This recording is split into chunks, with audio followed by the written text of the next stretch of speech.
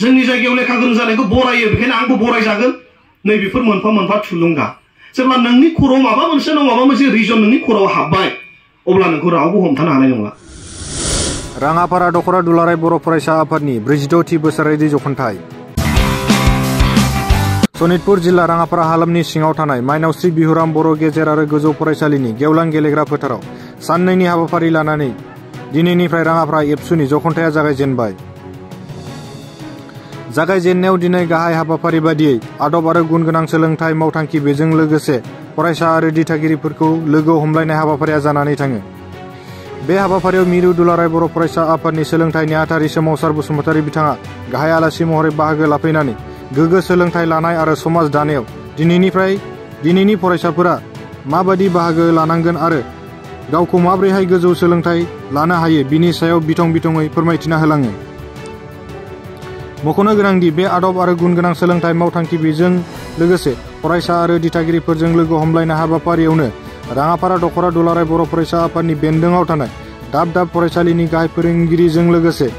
लोगो फोरोंगिरि आरो गोबां फरायसाफोराबो बाहागो लानायजों हाबाफारिया जाफुंसार जालाङो। फै बिदिब्ला दुलाराय बर' फरायसा आफादनि सोलोंथाइ नेहाथारि सोमावसार बसुमतारी बिथाङा फोरोंगिरिफोरनि गेजेराव मा फोरमायथिदों मिथिना लानि। आं मानो बुंदोंबा आंबो सासे स्टुडेन्टमोन मोनसे समाव मिथिबायना आं दहायखौनो होदों आंनि एग्जामफोरखौबो आं जिउआव जिबायदि जादों जि थान्दै जखनथाइ बेयाव फरायसाफोरजों जथुम बेयाव हाबाफारियाव बाहागो लाना आं जोबोद गोजोननाय मोनदों। बेयाव गोबां फरायसाफ्रा बेयाव बाहागो लादों आरो दख'रा आफादनि जि मोनसे इनिसियेटिभ बे फरायसाफोरनि केरियार एबा जिउ राहा दानायनि जि मोनसे हाबाफारि बेखाय खोब मोजां मोनदों। आसा खालामदों बे फरायसाफ्रा इयुनाव जोंनिनो माने बर' हारिनि सासे सुबुं दोन जानो हायो आरो बिसोरो इयुनाव जाफुंसार सासे सुबुं जागोन। दा दिनै बेखौ आसा खालामदों आरो बे हाबाफारिखौ लानायनि थाखाय आं दख'रा आफादखौ साबायखर जासिदों। सोलोंथाइनि माबायदि दख'रा आफादाथ' दुलाराय बर' फरायसा आफादनि जि बिथोन बायदियै बा दुलाराय बर' आफादनि माखासे थांखिफोरखौ बिथांमोना मावगासिनो दङ। इयुनावबो बिथांमोना हयथ' मावबाय थागोन। दा जोङो आदब आरो गुन गोनां सोलोंथाइ मावथांखिनि हाबाफारि बेखौ लानानैनो गोबां हाबाफारि मावो। जोंहा टेलेन्ट सार्च एग्जामाबो फैगौ 17 डिसेम्बराव जोंहा जागोन क्लास 9 आरो 10निखौ लानानै। दा बेयाव हयथ' बिथांमोना बिनि थाखायबो साखाफारा जानांगोन। बिथांमोना हयथ' जागासिनोबो जानांगौ आरो बेजों लोगोसे फरायसालिफ्राव थांनानै फरायसाफोरखौ लोगो हमनाय दिथागिरिफोरजों लोगो हमनाय दायो मेट्रिक एग्जामा फैगासिनो दङ जोंहा फेब्रुवारियाव। बेखायनो क्लास 10नि स्टुडेन्टफोरखौ बिथांमोना न'खर न'खर थांनानै लोगो हमनो बिथांमोनखौ आं खावलायगोन आरो बिथांमोना हयथ' हाबाफारिखौ लाखायो बेखौ बिथांमोना खनसे नङा खननै खनथामसिम जोङो सासे केन्डिडेटनियाव माने बिजाथिनाव बाहागो लानांगोन न'खराव थांनानै फरायनायनि सोमोन्दै सावरायनानै। दा दख'रा आफाद बा बिदिनो हयथ' बिथांमोना गोबां खामानि मावदों आरो इयुनावबो मावलांबाय थागोन आरो बे मावनायखौ आं मिजिंथिदों। जिहेतु दुलाराय बर' फरायसा आफादा मोनसे मडेल स्कुल जोङो मडेल स्कुल हिसाबै जोङो फार्स्टआव 200 बिदोंमोन नाथाय जोंनाव जायगाफ्रा हयथ' 200नि बिदि गैया बेखायनो 100 होन्दोंमोन आरो 100 जों 35 खान जोङो होदों। दा बेयाव जों बेखायनो थाखानाय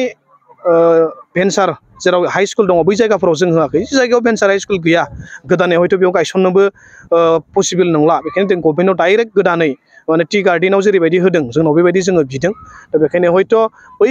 भेन्सार स्कुलाव जों बिगौमोन जुदि प्रभिन्सियेलाइसनि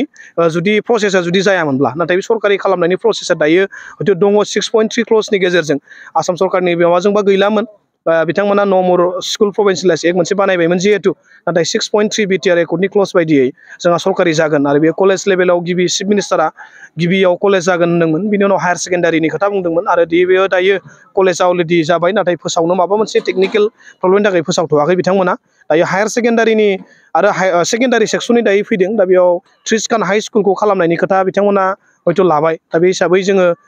बे जानायनि प्रसेसआव दङ बेखायनो बै जायगाफोराव जों गायसननायनि खोथाखौ जों बुङाखै। गुबुन गैयै जायगाफोराव गायसननो थाखाय जोङो गभर्नमेन्टखौ खावलायदों आरो बिथांमोननो जोङो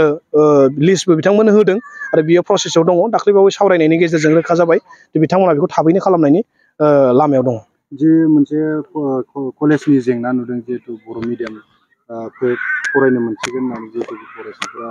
बर'खौनो सानना लाबाय थाबाय। दा दिनैसिमबो बबेबा कलेजाव माने बर'जों लिरनो मोननायनि एग्जाम होनो मोननायनि मोनसे सुबिदा फैयाखै। बेनि थाखाय जोङो सिगांबो जोङो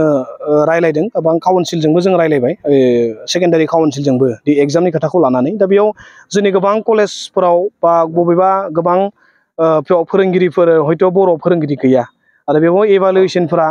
माने इभालुएसनजों लोगोसे टेस्टफोरा एग्जामफ्रा माने कलेजावनो हयथ' जायो दा बेखायनो बेयाव बै फोरोंगिरिफोर गैयिनि थाखाय बा बेफोराव माखासे जेंना हयथ' जागोन बेखौ लानानै बिथांमोना हयथ' प्रिन्सिपालफ्रा होनो थाखाय एसे उसुबिदा मोनदों नाथाय दाख्लैबावै जों रिकुवेस्ट खालामबावदों खिन्थु जोङो 100 खान हायार सेकेन्डारियाव बे मोननायनि खोथाखौ जों रायलायबाय होदोंमोन नाथाय दाख्लैबो खनसे जों एसे रिकुवेस्ट खालामदों जाहाथे गुबुनफ्राव थानायफ्राबो बोरै होजोबनो हायो बर'जों मोननो हायो बेखौ जों रायलायबाय थादों खिन्थु दायो माखासे हयथ' जायगाफ्राव इम्पसिबल जागोन एसे पसिबल गैथ'वा बे हिसाबै माखासे जायगायाव हयथ' जेंनाया जादों दा बेखायनो खिन्थु जोङो 100 खान जि लिस्ट होबाय बेयाव खिन्थु बर'यै मोनजोबगोन बे क्लियार आरो दाख्लैबाबो रायलायनानै रोखा जाबाय दा बे गभर्नमेन्टनिफ्राय नटिफिकेसन मोनसे फैसिगोन आरो बिसोरो फार्स्ट इयारखौ बर'यैनो एग्जाम होनो मोननाया बे रोखा जाबाय बेयो जासिगोन गंबेसे कलेजाव बर'यै लिरनांगौ कलेजनि खोथाखौथ' जों बुंनाया जागोन जों 100 खान जों हायार सेकेन्डारि स्कुल आरो कलेज मिडियाम कलेजावथ' माने एनइपिनि गाइडलाइन बायदियै कलेजजों हायार सेकेन्डारियाव हयथ' थानाय नंला बे जोंनिया दायो हायार सेकेन्डारिल' अनलि 11ल' जागोरगोन देग्लाय आरो बे अनलि आर्ट्स स्ट्रिमनिया साइन्सआ जाथ'वाखै बिजाबा फैगोन बोसोराव सेकेन्ड इयारनियाबो जागोन ओंखायनो जों कलेजनि खोथाखौ जों बारा बुङाखै एनइपिनि गाइडलाइन बायदिबा कलेजाव हायार सेकेन्डारिया हयथ' थानाय नंला बेयाव माने हायार सेकेन्डारिफ्रा आलादा जागोन हयथ' 11 12आ बे सेकेन्डारि सेक्सनाव फैसिगोन दा बे हिसाबै जोङो सेकेन्डारि हायार सेकेन्डारिखौ जों 100 खान नायदों बेयाव कलेजफोरखौबो जों माखासे बुंदों कलेजफोरावबो जि जायगायाव फोरोंगिरिफोर दङ बेखौ बिथांमोना नायनानै सावरायलायनायनि गेजेरजों बिथांमोना बानायनायनि खोथाखौ बुंदों बिथांमोना थाबैनो फोरोंगिरिफोरनि रेसिय' बेखौ नायगोन बर' फोरोंगिरि बबे कलेजाव दङ बेखौ आसाम गभर्नमेन्टआ जिहेतु गोबां सनितपुर जिल्लायावनो गुदि फरायसालिनि गोबां जेंना दङ बेनि सायाव मा दुलाराय बर' फरायसालियाव मा